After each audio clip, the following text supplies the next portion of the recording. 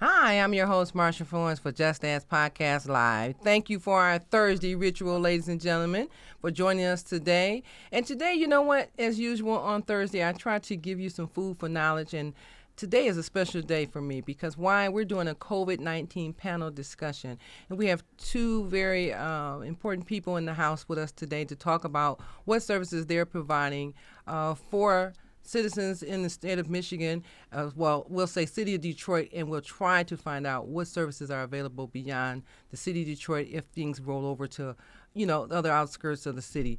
Because actually, when we're doing this process right now of COVID-19, the concern is how many people we can reach and what can we do for them. So without further ado, I want to introduce my today guest. Okay, and listen, I have the nerve to have what we call a co-host today, Miss Phyllis Edwards, Executive Director Phyllis Edwards of Bridging Community. And as our guest together, we have Ronald Taylor, President and CEO of Area Agency on Aging in Detroit. Thank you, two, for coming in today. Thank you, Marsha, for having us. Good, Thank good, you. good. Thank you for having us.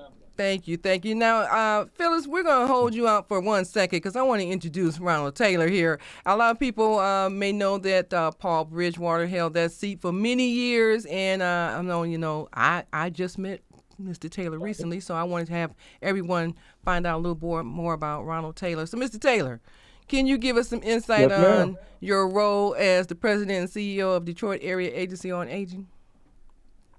Yes, I've had the opportunity to come in and to see Paul Bridgewater for about 2 years now. And I would have to say it's some very big shoes to fill, and Paul has cast a very big shadow that I walk in. But, I have the privilege and the honor of calling Paul a friend, so I get the opportunity to walk with him and still confide in him and talk with him. And so, but at the same time, it's an opportunity to steer the organization in the direction in which will probably build upon his successes and the things in which he's built. As for myself, I've had the opportunity to come from Toledo, Ohio, so I'm really from right down the road. And from Toledo, I worked at the Area Agency on Aging in Toledo. And then I had the privilege of going down south to the Florida Department of Elder Affairs. And from there, I migrated up north to Atlanta to work with the Administration on Aging. And then I was able to complete my journey and come back to the north and come back to the Detroit area, to the Detroit Area Agency on Aging, which I am most thankful for. Okay, well, I'm sure a lot of those different locations you were at miss you something terribly, but we're going to keep you right here now. Is that okay? Okay. Okay. Hey, I welcome that. I welcome that. Thank you for that. Yeah, you're welcome. Well, Phyllis, you know what? I know who you are, and I'm familiar with Bridging Communities, but I'd like to let our viewers know a little more about yourself and Bridging. So without further ado. Thank you, Marsha. Thank you for having me back again. I'm always honored to be a part of your show. As Marsha said, my name is Phyllis Edwards, and I am the Executive Director for Bridging Communities, located in Southwest Detroit, where our primary focus is keeping elders in their home as long as possible. And we do that through an array of services such as Meals on Wheels, helping focus on food box delivery, small home repairs, lawn and snow service, transportation to the doctor and to the pharmacy, as well as small home repairs, and connecting folks to social services or veteran services, including healthcare, Medicaid, Medicare, and the marketplace. We supplement that with our neighborhood stabilization department, which we have 2 independent living facilities for seniors that we own and operate. One is 80 units, which is the Pablo Davis Elder Living Center, and one is 88 units, which is Heritage at Magnolia. Of course, oftentimes grandparents become caregivers to their grandchildren and can no longer reside in the independent living facility. And so we have 24 townhomes geared towards grandparents raising grandchildren.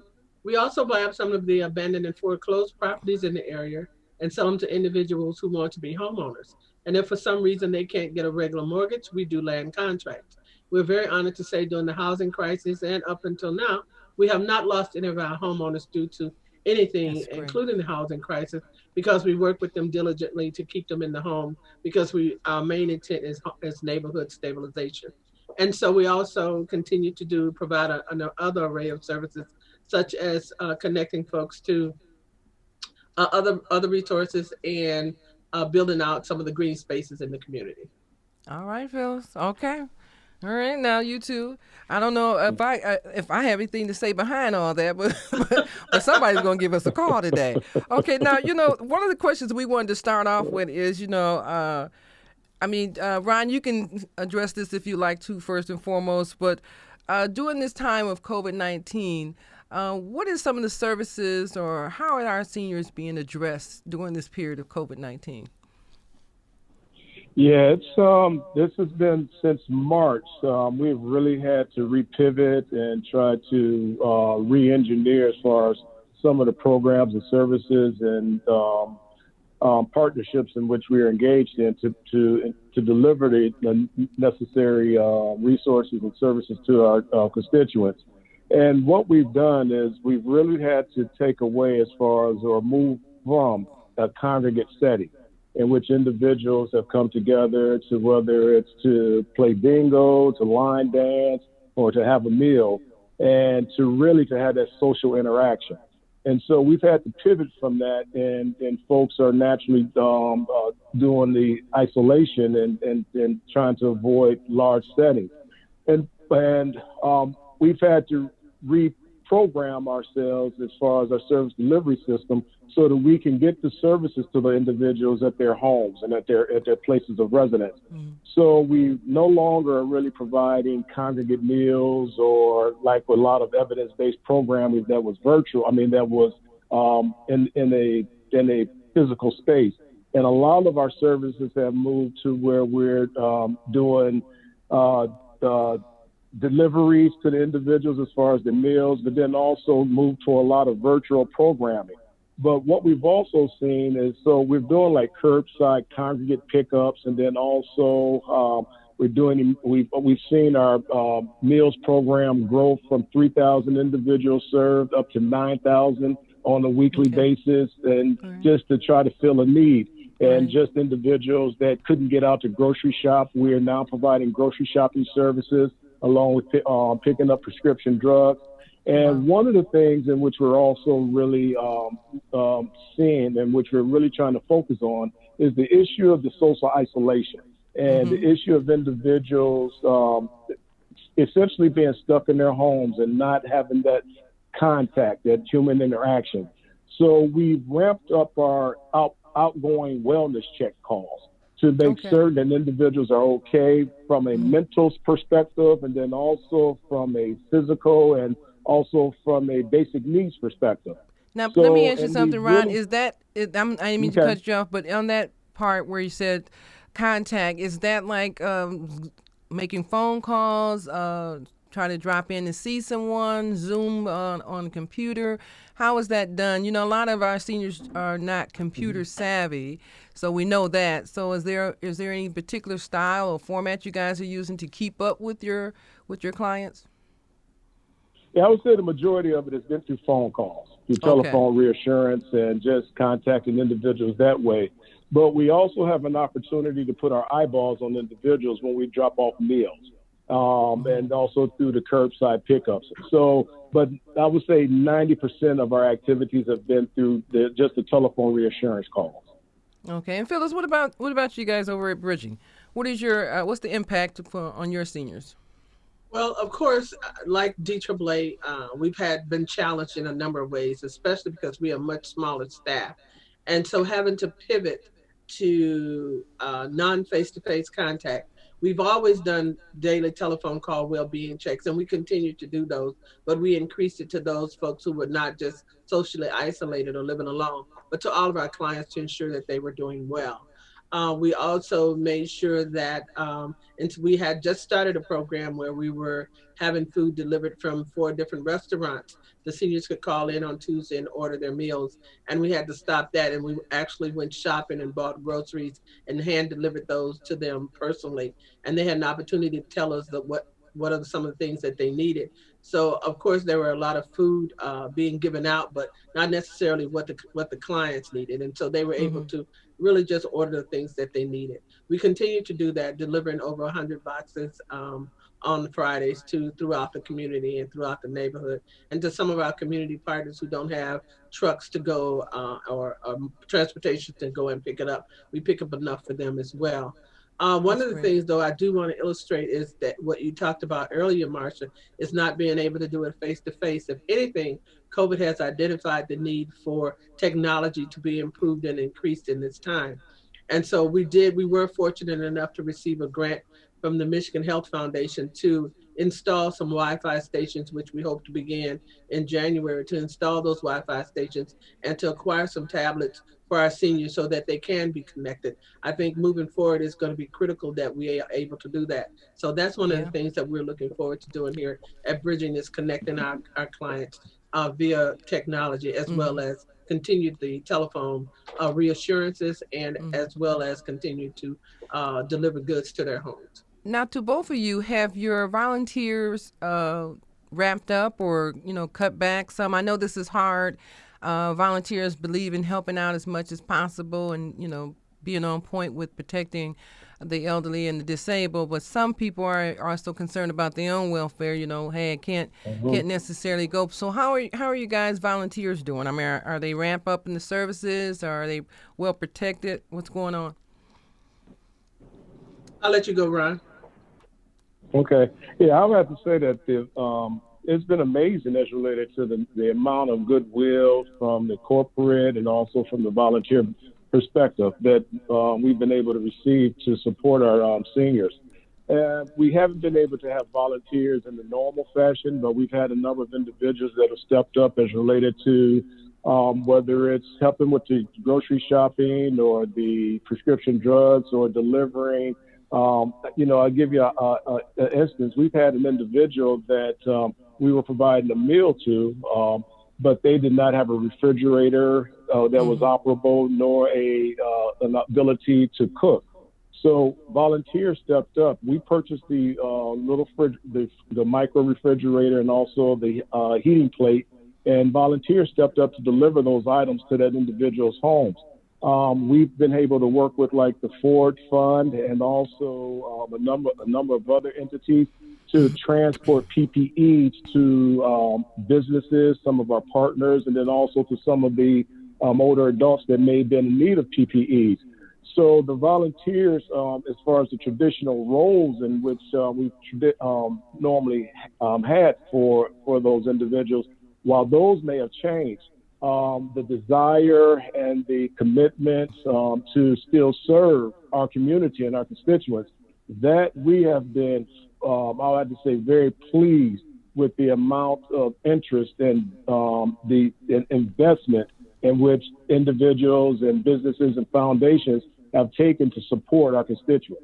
Mm-hmm. Okay. Now, Yeah, what and lessons like go ahead, Phyllis. you're always going to find during these times people who just step up to the plate, right? You Mhm. Mm-hmm. have those diehard volunteers who committed to ensuring that the services that Bridging Communities provide continue, and we certainly are thankful for those. But we've also had new folks call and want to volunteer.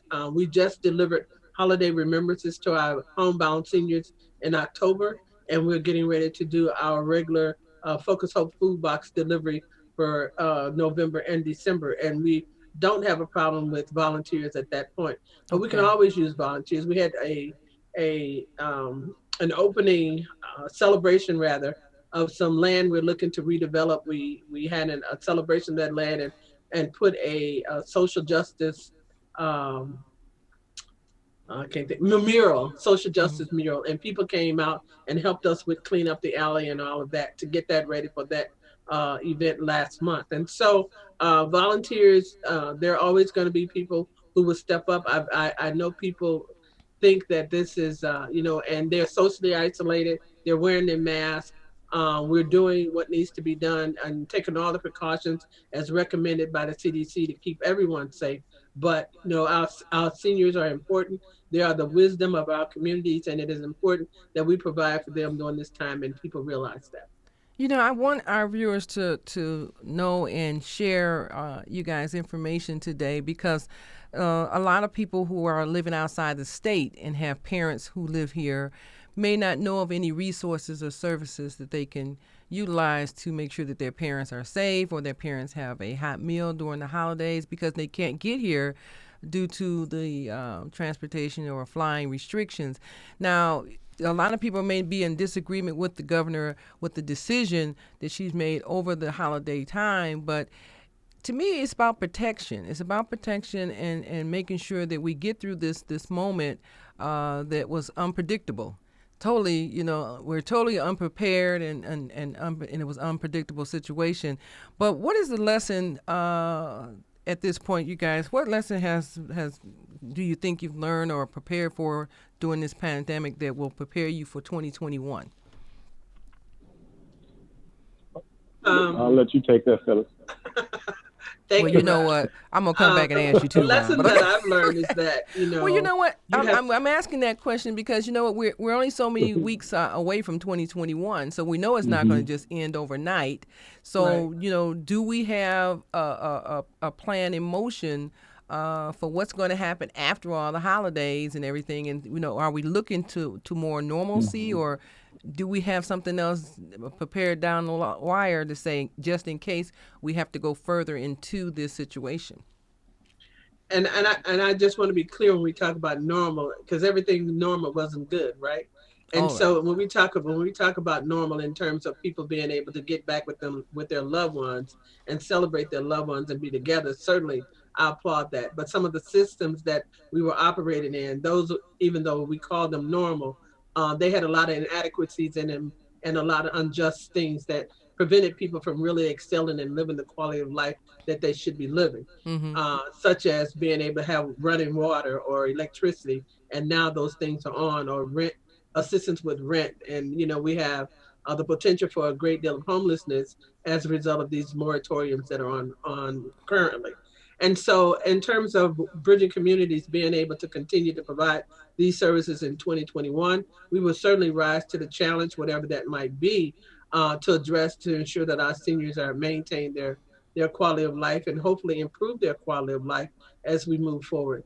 It's uncertain what will happen, but I do believe that, like the scripture says, this too shall pass. There is a This too shall season pass. to everything. There is a season, and so we're in this season of uncertainty, this season that we've never seen before. But I applaud just all of the changes that have happened and how organizations such as Detroit Area Agency on Aging and Bridging Communities and all of our community partners have come together to ensure the well-being of not only seniors but residents and youth and everyone in the community as well. Mm-hmm. We'll just continue to do what we do and respond to the needs of the community. And like I said, one of the things that we know for sure we'll be doing is putting in those solar Wi-Fi stations throughout the community, not only for access for our seniors, but if you realize there are a lot of youth who are home now and families that are home, working adults having to use computers that don't have access to Wi-Fi. Right. So Right. we're working to ensure that happens. Okay. Well, Ron, I got to throw this question to you. Okay. Okay. Okay. The latest Okay. edition, Okay. the latest edition of the DAA Dying Before Their Time report was released during the pandemic, and with that, what's the report actually saying, Ron? I mean, what are we looking at now since that report has come out? Yeah. It What says the the report research is saying complete, that, but this report that came out is actually the third edition of Dying mm-hmm. Before Their Times. And the first report actually came out in 2002. The second one was released in 2012. And we were just able to commission the third report this past year. And as Phyllis said, unfortunately, some things have really remained the same as related to some of the disparities and some of the issues that are, when you take a look as far as the access to health care, the fact that our folks are reside in medically underserved communities, the fact that our population is dealing with a number of, what the report indicated is that 90% of our population is dealing with one chronic condition, but it was up to maybe 40% of the population was dealing with three or more chronic conditions. So essentially what you're talking is about individuals, you're talking about 60,000 individuals in the Metro Detroit area that are dealing with 3 or more chronic conditions. That's really unacceptable in today's time and society. So some of the things, and Phyllis alluded to it in her comments, and I think it's a beautiful thing that's occurring through this pandemic. It's kind of forced us to collaborate and to coordinate and to kind of all put our oars in the water together and moving in the same direction. But I believe that same effort and that same energy is going to have to expand into other industries. Mm-hmm. And when I say that, I'm talking about our educational systems, the business community, your utility companies or utility businesses, the government, the health systems. All of us are really going to need to come together and to really talk, and social service organizations, all of us are really going to need to come together to talk about what can we do effectively to reduce some of these life issues or social determinants of health that our community is facing. And you know, when you take a look as far as the fact that Dying Before Their Time is saying that our population is dying. Once you reach the older adults in our community are dying at 2 to 2.5 times the rate of their colleagues mm-hmm. and counterparts across the state. There has to be something. There has to be a call to action in which we take to see what we can do to address some of these systemic issues that our community is facing. But to piggyback on that, I think and Phyllis alluded to this also in her comments, there is a digital divide that really needs to be addressed if we are going to be able to continue to reach and provide services to our constituents. In the short term, as far as during this COVID pandemic, but then also in the long term. And that is something that I think we're really going to need to try to focus on. And one last plug on this also, Marsha, is mm-hmm. in the fact that we have I'm very concerned about the issue as far as direct care workers and their ability to continue to provide services to our individuals that are homebound and most in need in service, mm-hmm. especially if this pandemic extends for a longer period of time than we probably anticipate. Most definitely. You know, and that's going to be key come the first of the year, even not at the first of the year. It's key now that a lot of people need their home care providers. They need their care aides, everything, even if it's for someone who's recently coming out of the hospital and they need a home health care team. You know, how do you go from the hospital, go home, and it's possible that you relapse from your condition because you can't get any services because we're limited based on what's going on, you know, with the crisis right now. And I think that if anything, Ron and Phyllis, I know you guys have to have meetings daily with your, you know, partners to talk about what is it that we can do to head this off before we get into 2021 so that, you know, we can be better prepared. Mm-hmm. And it's just eye-opening. You know, all the holidays, everything is affected by this.